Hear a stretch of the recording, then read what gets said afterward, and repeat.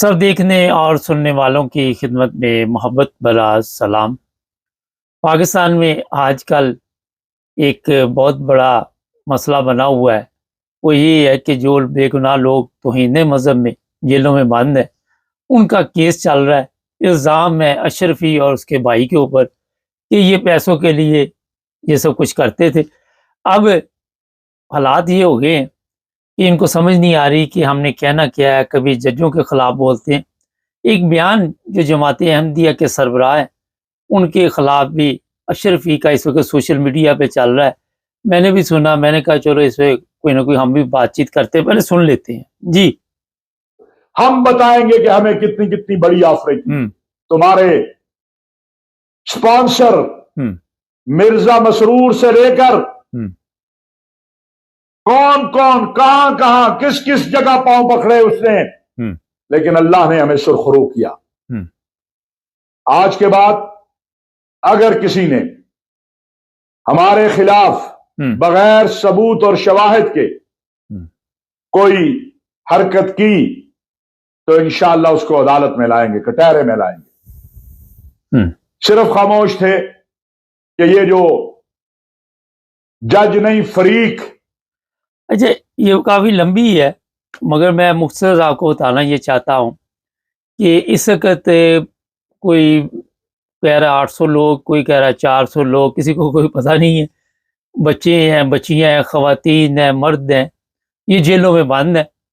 اور جو یہ صاحب فرما رہے ہیں کہ انہوں نے ان کے خلاف کوئی ثبوت نہیں ملا، جج صاحب نے ابھی تک کوئی فیصلہ نہیں دیا، اور انہوں نے کہا کہ ایک کمیشن بنایا جائے۔ اس سے پہلے ان لوگوں میں کھلبلی مچی ہوئی ہے۔ اگر آپ بے گناہ ہیں تو آپ کے جی کمیشن بنا دیں، اس میں کون سا پرابلم؟ ثبوت جو لوگ دیں گے لا کے یا جنہوں نے دیے ہیں تو اسی وجہ سے جج صاحب نے فرمایا کہ وہاں پہ کمیشن بنایا جائے۔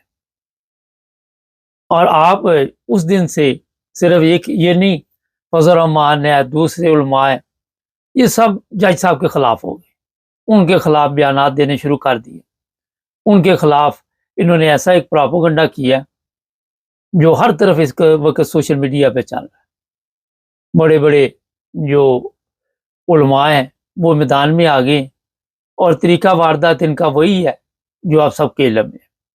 فضل الرحمان نے تو یہ بھی دھمکی دی کہ جس طرح آپ کو پتہ ہے ایک کیس تھا یہ جو فائز عیسیٰ کے پاس، تو اس کے ساتھ علیحدگی میں بات چیت کر کے اس کا فیصلہ آ گیا تھا۔ اسی طرح کے معاملات اس نے دھمکی دی ہے کہ آئندہ بھی ہم کریں گے، اور ججوں کو ڈرانے کے لیے انہوں نے ایک زبردست پراپوگنڈا جو ہے اس پر کام کرنا شروع کر دیا۔ لوگوں کو سڑکوں پہ لا رہے ہیں، لوگوں کے ذریعے سوشل میڈیا پہ جج صاحب کو دھمکیاں دے رہے ہیں، اور ہر وہ حربہ استعمال کر رہے ہیں۔ ایک صاف سی بات ہے، کوئی بھی بندہ بے گناہ ہو، عدالت میں اس کا کیس کیا، وہ جا کے اپنی بے گناہی ثابت کرتا ہے کہ جناب میں نے یہ نہیں کیا، اور آپ کے پاس جو ثبوت ہے لائیں۔ اگر ثبوت وہاں پہ نہیں ہے تو آپ کو کس چیز کی فکر ہے؟ کس کے خلاف آپ عدالت میں جائیں گے؟ عدالت میں تو کیس لگا ہوا ہے، جو کیس عدالت میں لگا ہوا ہے اس پر تو آپ اس طرح مصیبت میں پڑے ہوئے ہیں، آ کے دھمکیاں دے رہے ہیں۔ لے جائیں، کس کس کو عدالت میں آپ لے کے جائیں گے؟ یہ وہ علماء ہیں، میں تھوڑا سا ان کا بتا دوں۔ یہ ٹی وی چینل پہ ایک دفعہ ٹون بادشاہ، آپ سب کے علم میں ہوگا، اس کی گاڑی سے شراب کی بوتلیں ملی، اور آ کے یہ اپنی صفائی میں اگر آپ شراب بیچ سکتے ہیں تو مذہب کیوں نہیں بیچ سکتے؟ لوگوں کے اوپر جھوٹے کیس کیسے نہیں آپ کر سکتے؟ ولیتی شراب، دیسی بھی نہیں۔ اور جس طرح یہ ٹون بادشاہ وہاں پہ آپ سب نے دیکھا ایک انٹرویو دے رہا تھا، وہ فل ٹون تھا، وہ جو انٹرویو لے رہے تھے وہ بھی ہنس رہی تھی، خاتون بھی اور جو بھی صاحب تھے۔ مقصد جو ہے وہ بتانے کا آپ کو یہ ہے کہ پاکستان میں ابھی کچھ بھی نہیں ہوا۔ کسی نے یہ نہیں کہا کہ 295 298 ختم کی جائے۔ ابھی یہی کہا گیا کہ یہ بندے جیل میں کیسے گئے؟ وہ دنیا کے 58 ممالک ہیں، 56 مسلمان، وہاں پہ تو کوئی توہین نہیں کرتا۔ آپ کے یہاں پہ کیوں ہوتی ہے؟ وہاں پہ تو اس طرح کے قوانین بھی موجود نہیں، ہر بندہ اپنے مذہب کے مطابق زندگی گزار رہا ہے۔ مگر یہاں پہ آج اس پہ توہین مذہب لگ گیا، آج اس کو توہین مذہب کے چکر میں مار دیا، آج اس کو یہ کر دیا، آج اس کو وہ کر دیا۔ بے شمار لوگوں کو آپ نے مصیبت میں ڈالا ہوا وہاں، اور یہ ہم تحفظ کریں گے 295 298 کا، کیونکہ آپ کے پاس زبردست موقع ہے تجارت کا، آپ بزنس مین ہیں، آپ لوگوں کو بلیک میل کرتے ہیں، امیروں سے پیسے لیتے ہیں، غریبوں کو جیل میں بھیج دیتے ہیں، اور جیل میں بھیج کے غریبوں کو پھر امیروں کو بتاتے کہ ہم دیکھو انہوں نے میری بات نہیں مانی، انہوں نے ہماری، تو ہم کس طرح ان کے ساتھ یہ سلوک کرتے ہیں۔ یہ پاکستان کے جو علماء ہیں ان کی یہ حالت ہو چکی، اور پھر کہنا جی ہمیں عزت ملی۔ وہ ویڈیو میرے پاس ہے جس طرح جج صاحب نے اس کے بھائی کو کہا کہ آپ پیچھے چلے جائیں، وہ بولنے لگا، اس نے کہا گیٹ آؤٹ، جا کے پیچھے بیٹھو۔ یہی تھا اصل میں مقصد، یہ عزت ان لوگوں کو ملی۔ دنیا دیکھ رہی کیا عزت ان کو ملی، کہاں سے عزت مل رہی ہے، کہاں سے عزت مل رہی ہے۔ انہوں نے لوگوں کو وہاں پہ بلیک میل کرنے کا دھندا شروع کیا ہوا ہے، یہی کام ہے ان کا۔ آگے کبھی کسی مذہبی رہنما کے متعلق انہوں نے باتیں کرنی، کبھی کسی مذہبی رہنما کے متعلق، اور اپنی ان کی حالت آپ کو میں نے بتا دی۔ لاہور سے جی فلاں بندہ ہے جی وہ ان کے ساتھ مل گیا ہے، فلاں بندہ مل گیا۔ یہاں پہ میں اپنے فیلڈ مارشل صاحب سے کہوں گا کہ سر، جہاں آپ کو کام کرنا چاہیے وہاں پہ تو نظر نہیں آ رہا کام کوئی بھی۔ آپ کو اس طرح توجہ دینی چاہیے۔ کیا ہماری یہ 7 لاکھ فوج ان علماء کو کنٹرول نہیں کر سکتی؟ کیا اپنی عدالتوں کو تحفظ نہیں دے سکتی؟ کیا وجہ ہے؟ دشمن کا ہم مقابلہ تو بعد میں کریں گے، پہلے جو ملک میں دشمن ہے ان کا مقابلہ کیوں نہیں آج تک ہوا؟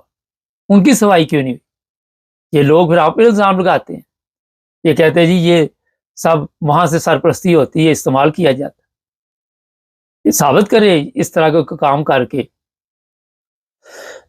سوری، کہ ان کو پتہ چلے کہ فوج کسی کی سرپرستی ایسے لوگوں کی نہیں کرتی جو خود جرائم پیشہ افراد ہیں۔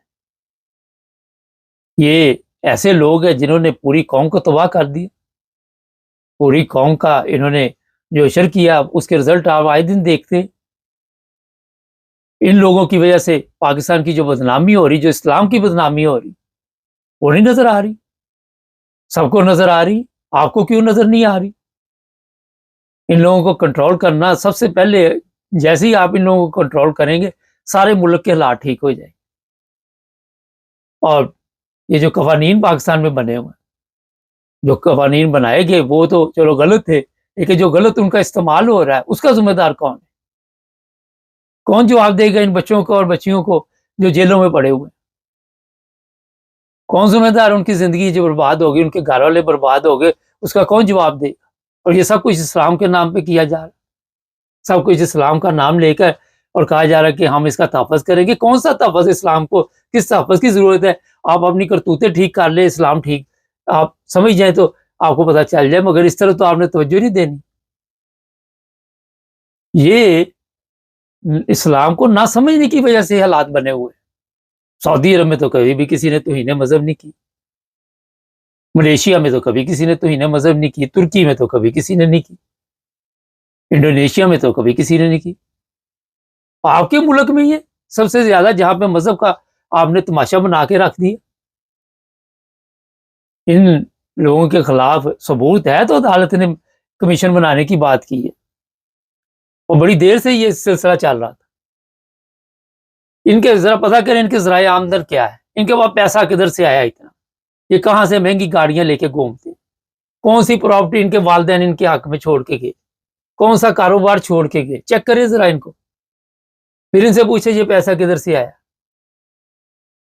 5-7-10 ہزار مریض اپنے بنا لیتے ہیں، اور پھر لوگوں کو، گورنمنٹ کو، اور یا جو ہماری فوج ہے اس کو بلیک میل کرنا شروع کر دیتے۔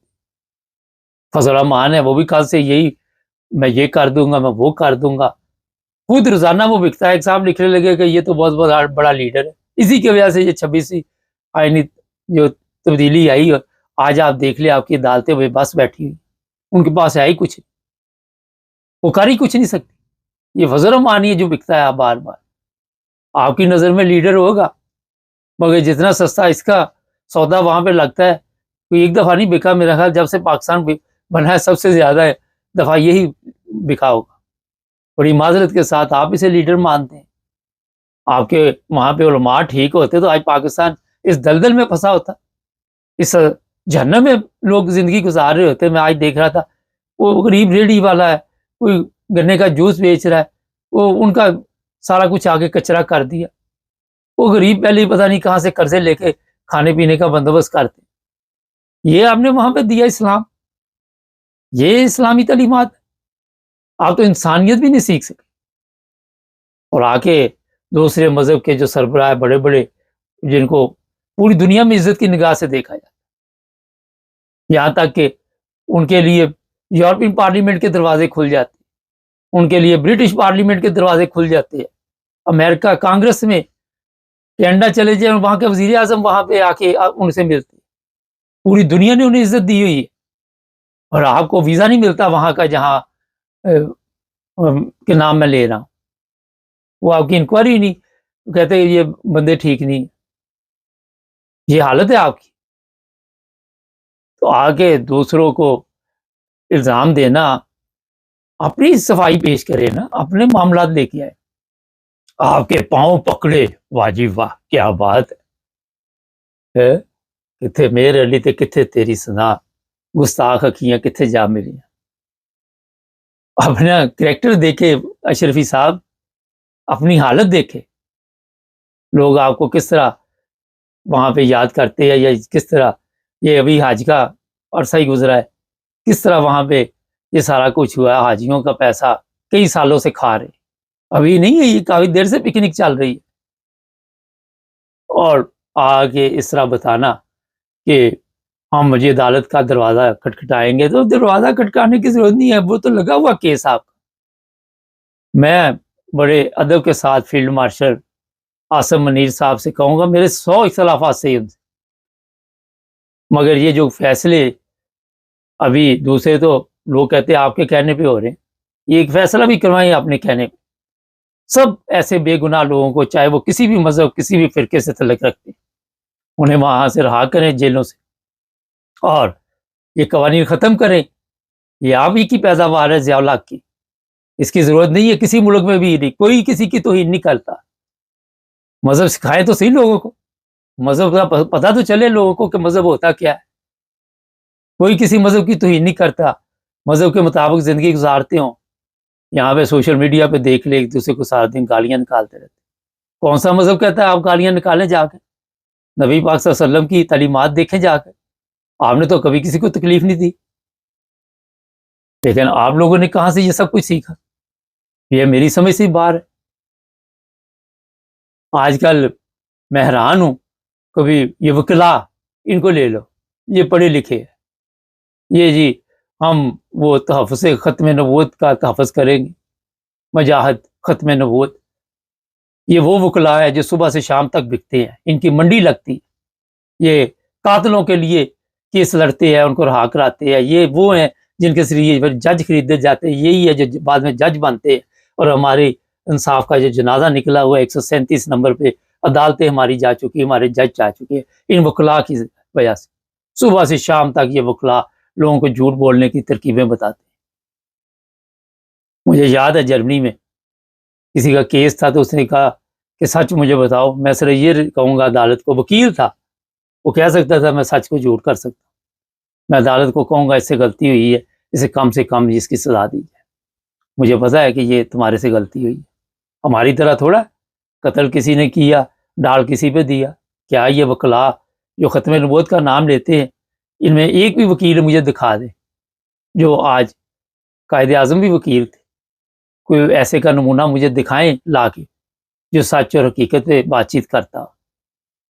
یہ آگے ختم نبوت کا تحفظ کریں گے, یہ لوگوں کو اسلام بتائیں گے جنہوں نے خود اسلام نہیں سیکھا, صبح سے شام تک جھوٹ کی یہ پیداوار اور جھوٹ پہ جھوٹ بولتے. خود ہی لوگوں کو بتاتے ہیں کہ کس طرح آپ نے یہ جو قتل کیا اس سے بچنا کیسے.